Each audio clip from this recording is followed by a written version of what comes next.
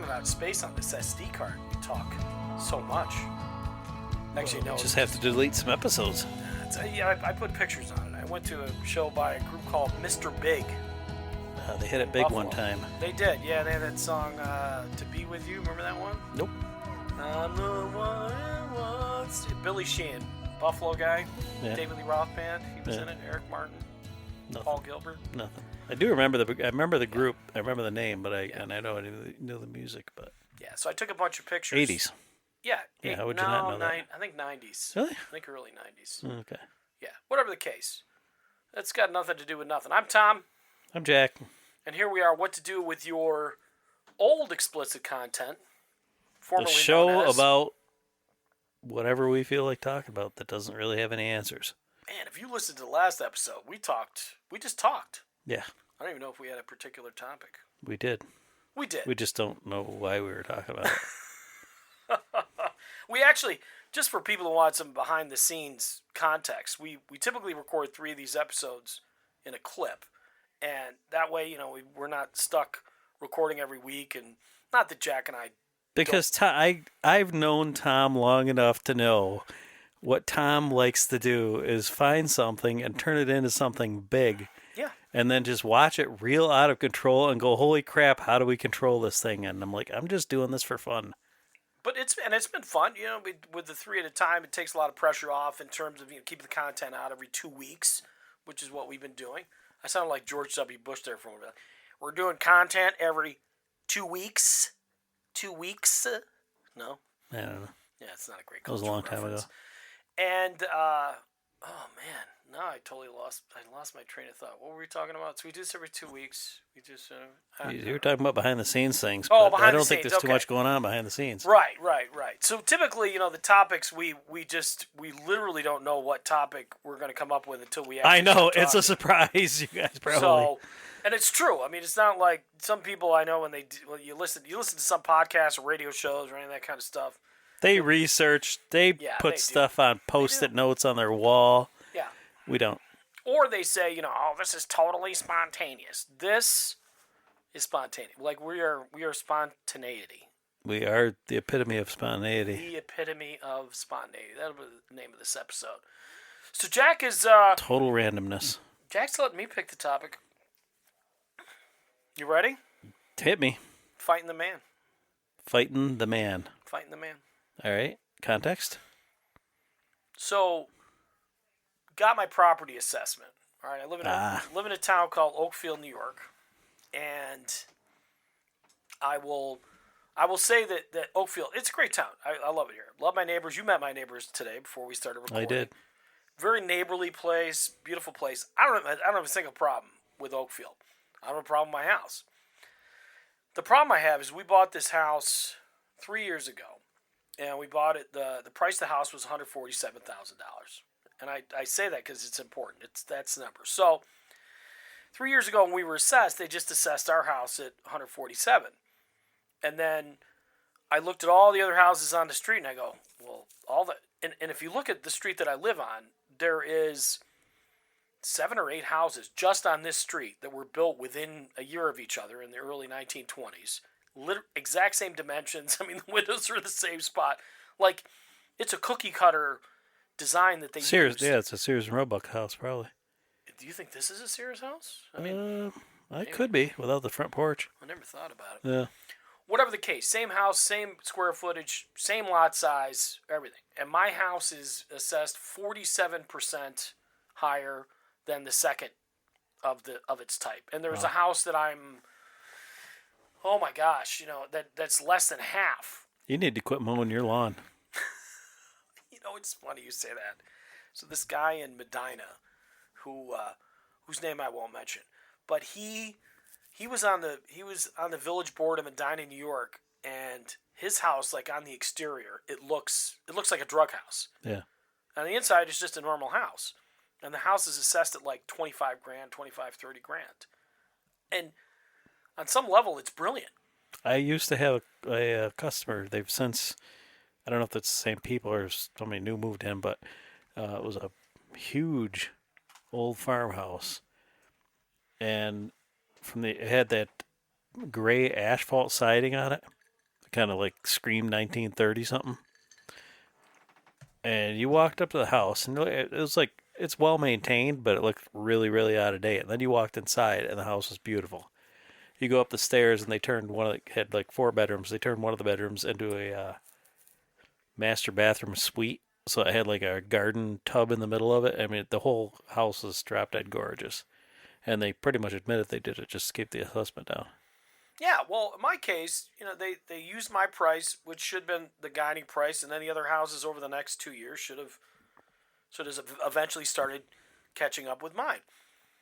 So there's a form you got to fill out, and everything. You got to appear in front of this board of assessment review. It's called. This is the whole man thing, So I fill it out.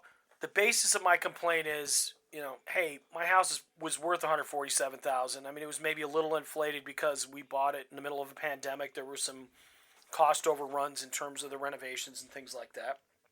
It's not an extraordinary house, but it's a nice house. They had a lot of work done, but that, it's not. The other houses aren't anywhere near assessed. Did they take your swimming pool into account? What swimming pool? The one in the room off the back. What are you talking about? Oh, see, he's being modest. He doesn't want you guys to know he has an in-ground pool in his house. See, I mean, we're sitting in a 1,800 square foot studio. Yeah, with my luck, the Oakfield assessor is listening, going, well, if he wants to come and do the indoor inspection to see I can attest that my toes are currently touching the other side of the room. Yeah, we're not. It's not quite 1,800 square foot. We're 1,400 and something, I think is the total. 1,420, whatever the case. So the basis of my complaint was not that the 147 was too high. It was that everybody else's was too low. Mm-hmm.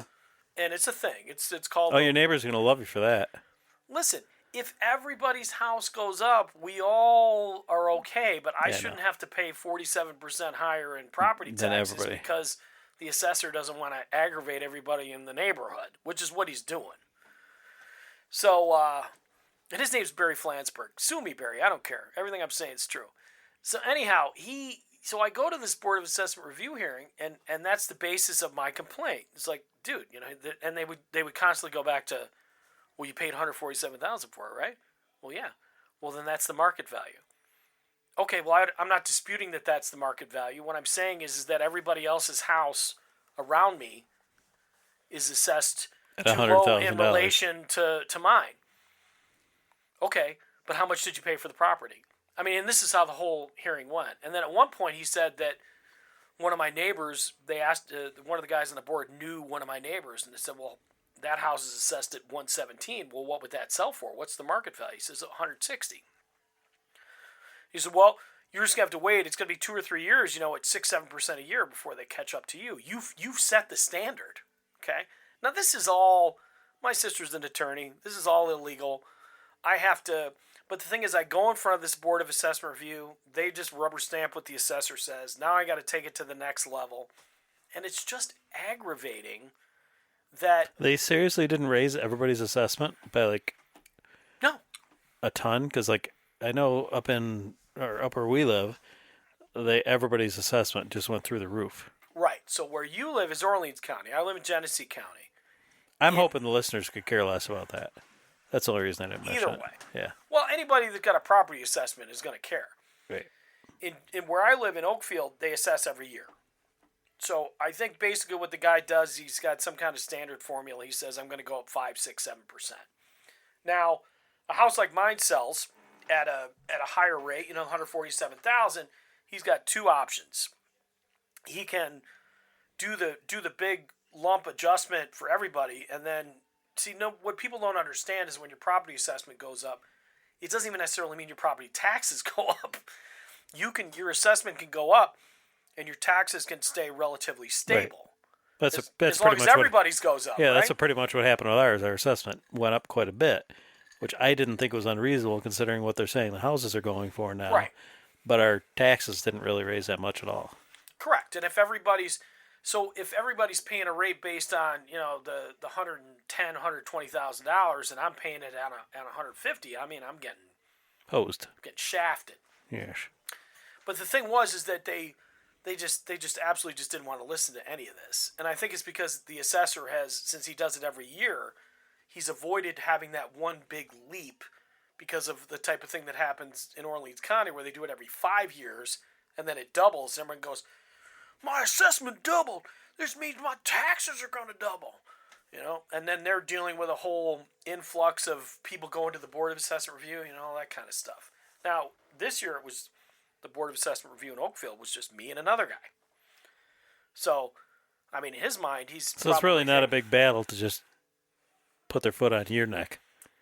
Oh, not at all. Right, versus in an area where they only do it once every 3 to 5 years and you have 200 angry people, you can't put your foot on 200 angry people's necks.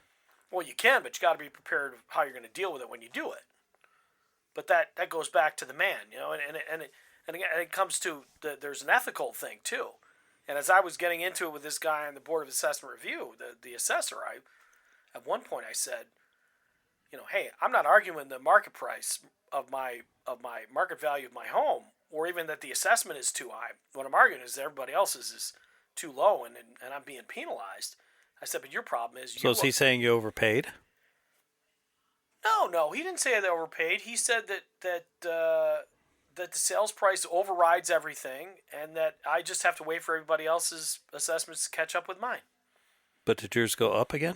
No, it stayed the same for 3 years, which says to me that it's not correct. Right. I mean, so the rest of them are all inching their way towards yours? They're inching their way towards me. Yeah. So the fact that mine is not either inched backwards or forward says to me that you're paying more taxes. He knows it's not correct. Right. You're paying more taxes than you need to because they're not. Yeah. So I said you are obsessed with being right instead of fair, which I thought was a fair statement. And I think we see that in a lot of situations when you're dealing with a bureaucracy, especially a government or whatever. I mean, you would see it sometimes in these court cases where it's the district attorney gets into this zone like it doesn't even matter if the person is innocent or guilty. It's, I'm the district attorney. You can't argue You're with the me. lawyer, and the win is if I get the guilty verdict and you get the not guilty verdict. And in the end, nobody cares if there's any justice that's done. It's about the being right, Yeah, that's pretty much how the Trump thing happened, right? The Trump thing I think is a little bit different in that Trump is Trump is a brand in some ways in terms of the politics. And he's a brand in a lot of ways in terms of a lot of things. But he's always had this kind of cocksure attitude. But there's never any, it's not like, and I'm not trying to piss off any Trump supporters out there, but I mean the reality is that a guy like Trump doesn't really live in the kind of realm where he cares what people think of him per se. Clearly, like he cares what his followers think of him, and he caters to them. And part of his appeal to them, I would assume, is his cocksuredness, whether he's right or wrong. Right, which is what we were just saying. Yeah. It's I'm right because I'm right, and it doesn't really matter if you think I'm right or wrong. Well, I mean, he just if he takes a stand, he just doesn't waver. He says, "Well, this is the which way is one thing that people do find appealing in an odd sense." No, I agree. I mean, but sadly, that's the thing that people found appealing about Hitler too. I mean, or Mussolini.